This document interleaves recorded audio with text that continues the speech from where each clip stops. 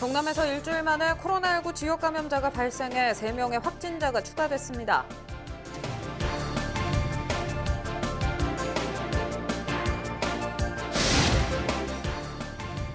낙동강 물관리 연구 용역을 추진해왔던 환경부가 경남에서 중간보고회를 열었지만 거센 반발에 시작도 못하고 파행됐습니다.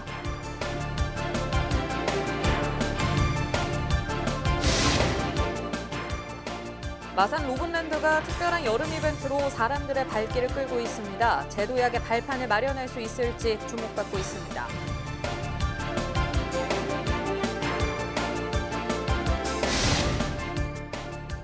창원과 김해를 잇는 창원터널의 양방향 구간 단속이 실시된 후 과속과 추돌 사고가 절반 이하로 감소한 것으로 나타났습니다.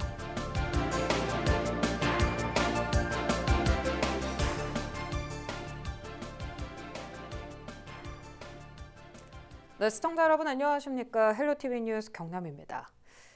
경남에서 일주일 만에 코로나19 지역 감염자가 발생했습니다. 경남 164번 확진자는 김해에 거주하는 40대 남성으로 부산 170번 확진자의 접촉자입니다. 이 남성은 지난달 부산에서 함께 식사한 지인이 3일 확진되면서 4일 검사를 받아 양성 판정을 받았습니다. 현재까지 파악된 접촉자는 모두 7명으로 가족과 지인 등 4명은 검사 결과 음성으로 나왔으며 나머지 3명은 검사가 진행 중입니다. 경남도는 산청군 시천면 소재 거림 민박식당의 동선이 확인되지 않았다며 3일 오후 2시에서 5시 사이 이 식당을 이용한 도민의 검사를 당부했습니다. 이처럼 지역 감염 등 5일 경남에선 3명의 코로나19 확진자가 추가 발생했습니다. 경남 164번 확진자는 김해에 거주하는 40대 남성으로 부산 170번 확진자의 접촉자이며 165번 확진자는 거제에 거주하는 프랑스 국적의 30대 여성으로 1일 입국해 4일 재검사에서 양성 판정을 받았습니다. 166번 확진자는 양산에 거주하는 50대 남성으로 업무차 우즈베키스탄을 방문했다 4일 인천공항으로 입국했으며 5일 양성 판정을 받아 마산 의료원에 입원했습니다. 5일 오전 10시 기준 경남도 누적 확진자는 모두 163명으로 12명이 입원해 치료를 받고 있습니다. 낙동강의 수질 문제는 하루 이틀 문제가 아닌데요. 그동안 낙동강 물관리 연구 용역을 추진해왔던 환경부가 경남에서 중간보고회를 열기로 했는데 거센 반발에 시작도 못하고 끝이 났습니다. 그 이유 권정숙 기자가 보도합니다. 환경부가 개최한 낙동강 통합물관리 연구용역 중간보고회 현장. 환경단체와 지역 주민의 거센 반발이 이어지더니 동영상 비겁하다. 환경부는 반성할 줄 모르고. 결국 환경부는 15분 만에 행사를 취소했습니다. 환경부가 내놓은 부산, 경남 지역의 물이용 다변화 대안은 2가지. 합천 환강하루에서 하루 45만 톤, 낙동강 본류인 창녕에서 개발한 강변 여과수에서 하루 50만 톤을 취수하는 것입니다. 취수된 물 95만 톤은 동부 경남에 48만 톤, 부산에 47만 톤 공급됩니다. 절반이나 부산에 공급할 걸 취소하면서 경남 주민만 재산권 침해를 당할 수 있다는 게 주민들의 반발 이유입니다. 이에 대해 환경부는 지역 주민들이 우려하는 상수원 보호구역 확장 등의 규제는 늘어나지 않을 것이라고 설명했습니다. 그러면서 앞으로도 지역 의견을 충분히 듣겠다는 입장을 밝혔습니다. 만약 취수지를 설치를 하면 그 상수원 보호구역과 이제 공장 설립 제한 지역이 설정이 되기 때문에 지역 주민들한테 규제가 들어갑니다. 그런데 이번에서는 그런 입법 조치를 통해서 규제가 없도록 그렇게 한 것이 다른 부분이고 예전에는 좀 물량이라든가 이런 것을 좀 과다하게 취소하려고 했었는데 100만 톤 이상 취소하려고 했었는데 지금은 2분의 1 이하로 줄여서 한. 그러나 환경단체도 반발하고 있습니다. 낙동강 수질 개선을 위한 대안이 빠져 있어 임시 방편에 불과하다는 주장입니다. 그동안 요구해왔던 낙동강 8개 보의 처리 방안과 수문 개방이 받아들여지지 않는 한 찬성할 수 없다는 겁니다. 그리고 정부의 주장이 진정성이 있다면 이것이 별도의 프로세스에 의해서 진행되는 거기 때문에 어쩔 수 없다라고 한다면 이것은 동시에 즉 통합물 관리 방안과 동시에 보호처리 방안이 함께 발표가 돼야 된다고 생각합니다. 보호처리 방안 문제를 그대로 가제로 놔두고 취소한 다변화 문제와 더불어서 이 문제만 확정짓겠다고 한다면 이거는 낙동강 포기 선언으로 볼 수밖에 없는 거고. 낙동강권 5개 시도지사는 5일 환경부 방안을 존중한다고 밝혔지만 주민들과 환경단체의 거센 반발 때문에 최종 보고서가 나오기까지 적잖은 진통이 예상됩니다. 헬로티비 뉴스 권정숙입니다. 네, 본격적인 여름 휴가철에 접어들면서 지역의 유명 관광지들이 방문객으로 북적이고 있습니다. 그중 특별한 여름 이벤트로 인기를 얻고 있는 곳이 바로 마산 로봇랜드인데요. 우여곡절 많았던 마산 로봇랜드가 이번 인기에 힘입어 재도약을 할 수 있을지 지역민들의 관심이 모이고 있습니다. 보도에 구지은 기자입니다. 거대한 물줄기가 시원하게 쏟아집니다. 커다란 사이렌 소리와 함께 시작된 대규모 물총 싸움. 어른아이 할 것 없이 치열한 싸움에 온몸이 흠뻑 다 젖었습니다. 찌는 듯한 날씨, 신나는 음악 소리에 맞춰 물세례를 맞다 보면 더위는 안녕, 시간 가는 줄도 모릅니다. 시원하게 물총놀이도 하고 해서 좋고 생각보다 할 게 많아서 좋은 것 같습니다. 다시 한번 두어 번 더 올 것 같습니다. 다 함께 힘을 합쳐 로봇랜드에 침입한 악당을 물리치는 워터워 물총 축제. 오는 17일까지 열리는 마산 로봇랜드 썸머 페스티벌에서만 즐길 수 있는 특별한 이벤트입니다. 행사 기간 동안에는 여름맞이 시원한 물놀이를 즐길 수 있을 뿐만 아니라 치킨 콜라 파티, 그리고 로봇랜드 곳곳에서 열리고 있는 다양한 공연까지 감상할 수 있습니다. 본격 휴가 기간이 시작된 지난 1일부터 마산 로봇랜드를 찾은 방문객은 모두 8천여 명. 하루 평균 1,500여 명이 다녀가는 등 방문객 수가 평소보다 6배 정도 늘었습니다. 코로나19 사태 장기화로 휴가철 야외 관광지가 각광받고 입장료까지 할인하면서 가족 단위 방문객들이 눈에 띄게 는 겁니다. 7월에는 만원 행복대 주말 평균 10,000명 이상이 왔었고요. 9월에는 그 입장권과 자유용권을 분리해서 진행할 예정이고, 이제 로봇 관련으로 좀 공연을 좀 다양하게 K-팝이라든지 저희가 이제 무대 스테이지에서 준비를 하려고 좀 생각하고 있습니다. 세금 먹는 하마라는 수식어가 붙을 정도로 흥행에 실패해온 마산 로봇랜드. 방문객들의 눈높이에 맞춘 다양한 콘텐츠 개발이 재기의 신호탄이 될지 관심이 모이고 있습니다. 헬로티비 뉴스 구지은입니다. 관리 사각지대에 놓인 빈집에서 불이 나는 경우가 종종 있습니다. 특히 주택 밀집 지역의 빈집에서 화재가 발생할 경우 대형 인명피해로도 이어질 수 있는데요. 당국의 관리가 필요해 보입니다. 김한식 기자입니다. 주택 지붕 위로 거대한 불길과 시커먼 연기가 쉴 새 없이 뿜어져 나옵니다. 불은 이미 주변 주택까지 번졌습니다. 지난해 3월 거제동의 한 빈집 화재 현장입니다. 이 불로 옆집에 살던 주민 한 명이 화상을 입고 진화에 나섰던 소방관도 부상을 입었습니다.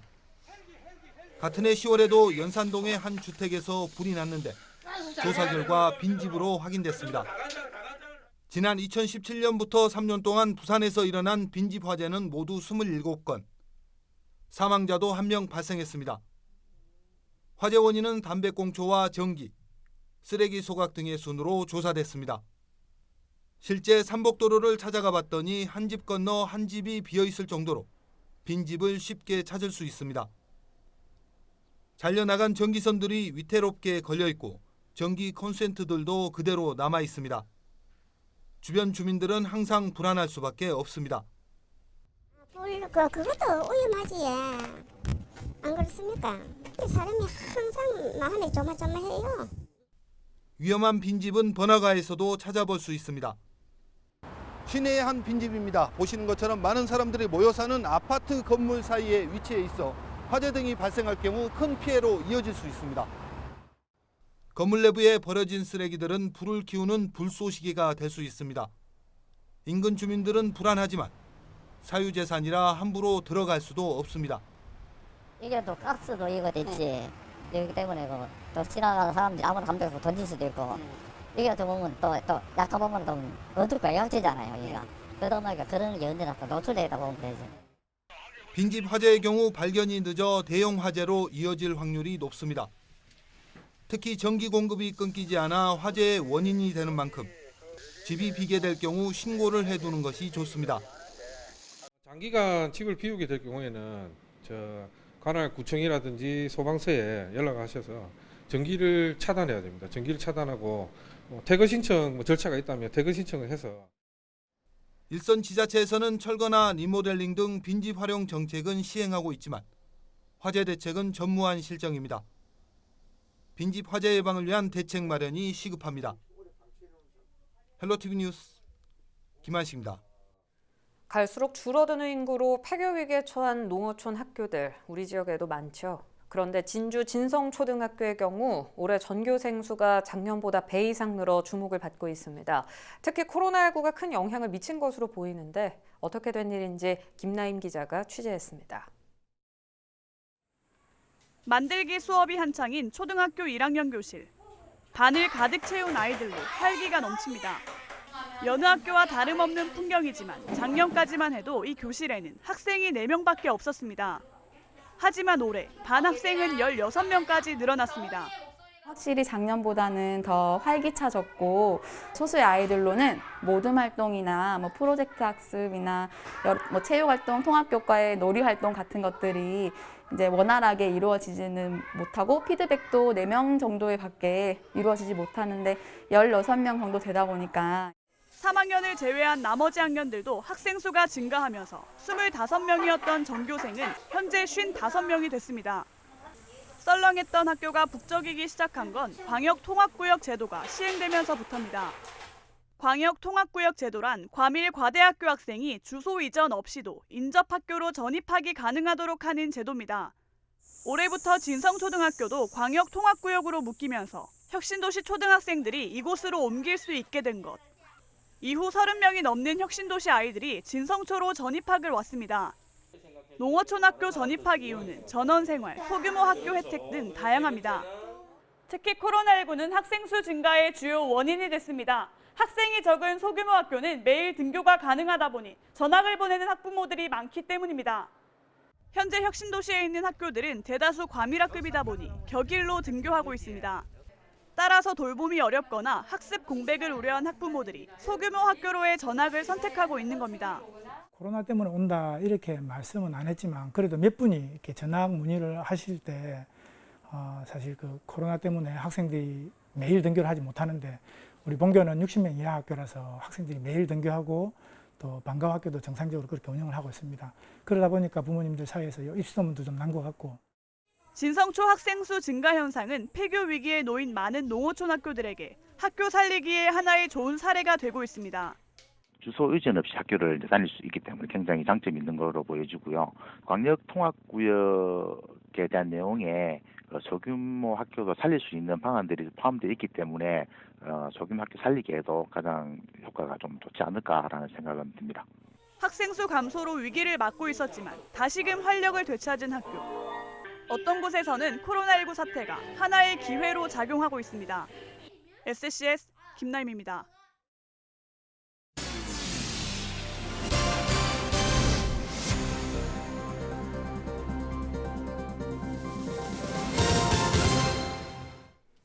(5일) 낮 12시 30분쯤 통영시 산양읍 연대도 인근 해상에서 해녀들이 타는 7.93톤급의 선박 A호가 좌초됐습니다. 통영해양경찰서는 경비정과 구조대 등을 동원해 작업을 하고 있는 해녀 8명을 봉평항으로 이송했으며 다행히 인명피해는 없었습니다. 해경은 A호 선박을 같은 날 밤 10시 20분쯤 만조시각에 다시 옮겨 사고 경위를 조사할 계획입니다. 디지털 성폭력 근절과 재발 방지를 위한 원탁 대토론회가 경남도 교육청 본청 강당에서 개최됐습니다. 교직원 등 130여 명이 참석한 이번 토론회는 디지털 성폭력으로부터 안전한 교육 생태계 조성을 위해 마련됐습니다. 이날 토론회에서는 디지털 성폭력의 문제점과 현황, 대응체계 정비, 예방교육 지원과 대상별 관리 협력체계 구축 등이 논의됐습니다. 도교육청은 토론 결과를 추후 관련 정책에 반영할 계획입니다. 창원과 김해를 잇는 창원터널의 양방향 구간 단속이 실시된 후 과속과 추돌 사고가 줄어든 것으로 나타났습니다. 경남지방경찰청은 창원터널 양방향 구간 단속이 시작된 지난해 5월부터 1년 동안 총 23,700여 건이 적발됐다고 밝혔습니다. 월별 단속 현황을 보면 지난해 5월에는 3,100여 건이 적발됐지만 올해 5월에는 1,200여 건이 적발돼 절반 이하로 감소했습니다.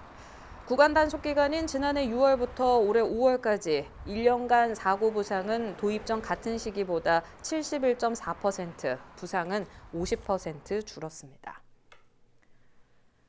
영남권 5개 시도지사가 영남권을 하나의 그랜드 메가시티로 만들기로 합의했습니다. 김경수 경남도지사와 이철우 경북도지사, 대구, 울산, 부산시장 권한대행은 5일 경남도청에서 열린 제1회 영남권 미래발전협의회에서 영남권 미래발전을 위한 협약을 맺었습니다. 협약서에는 낙동강 통합 물관리, 영남권 광역철도망 구축, 국가균형 발전과 지방분권 노력 등 4개 항목이 담겼습니다. 김경수 지사는 5개 시도가 상생과 협력 체제를 선포해 제2수도권 만들기를 선언하는 날이라는 설명으로 그 의미를 전했습니다. 마산 자유무역지역 발전을 위한 포럼이 창원 컨벤션센터에서 열렸습니다. 5일 열린 포럼은 혁신적 발전과 도약, 마산 자유무역지역을 주제로 향후 50년의 마산 자유무역지역 발전에 대해 논의했습니다. 허성무 창원시장은 이날 포럼에서 과거 50년간 2차 산업 중심으로 마산의 산업 경제를 이끌어왔지만 미래 50년의 자유무역지역은 혁신을 위해 노력해야 된다고 밝혔습니다. 이와 함께 새로운 마산 자유무역지역은 창원 국가산단과 유기적인 협력을 통해 데이터와 네트워크, 인공지능 등의 DNA 산업이 새로운 성장 동력이 돼야 할 것이라고 강조했습니다. 창녕군이 5일 창녕천과 교리 소하천, 술정 소하천 등의 미꾸라지 100kg을 방류했습니다. 미꾸라지는 모기 유충의 천적으로 한 마리가 하루에 모기 유충 1000여 마리 이상을 포식해 수년 동안 방제 효과를 얻을 수 있습니다. 창녕군은 이번 미꾸라지를 방류하면서 여름철 모기로 인한 주민 불편 해소는 물론 일본 뇌염 등 모기 매개 감염병 예방에도 효과가 있을 것으로 기대했습니다.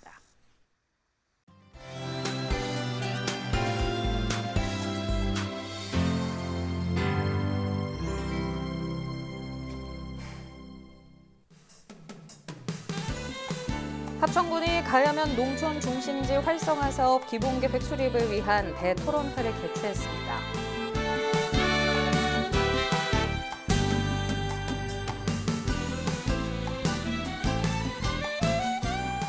양산시가 성별 영향평가 사업 담당자 30여 명을 대상으로 성별 영향평가 교육을 실시했습니다.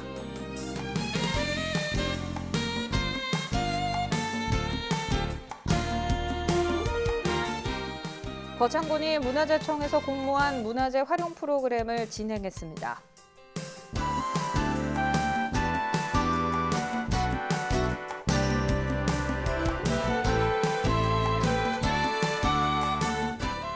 김해 마을 발전을 이끌어갈 리더 양성을 위한 2020년도 농촌 활성화 대학이 개강했습니다.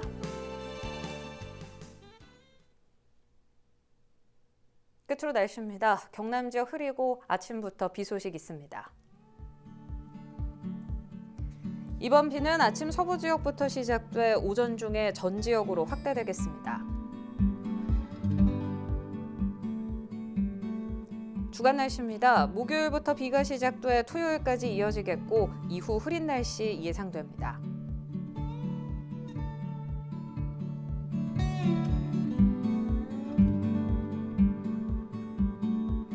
해상도 비 소식 있습니다. 바다의 물결은 높아져 최고 3.5m까지 이는 곳도 있습니다. 조업 선박은 주의하시기 바랍니다. 생활지수입니다. 자외선은 크게 걱정 없지만 습도가 높아 불쾌지수가 높습니다. 냉방은 조금 강하게 해도 괜찮겠습니다.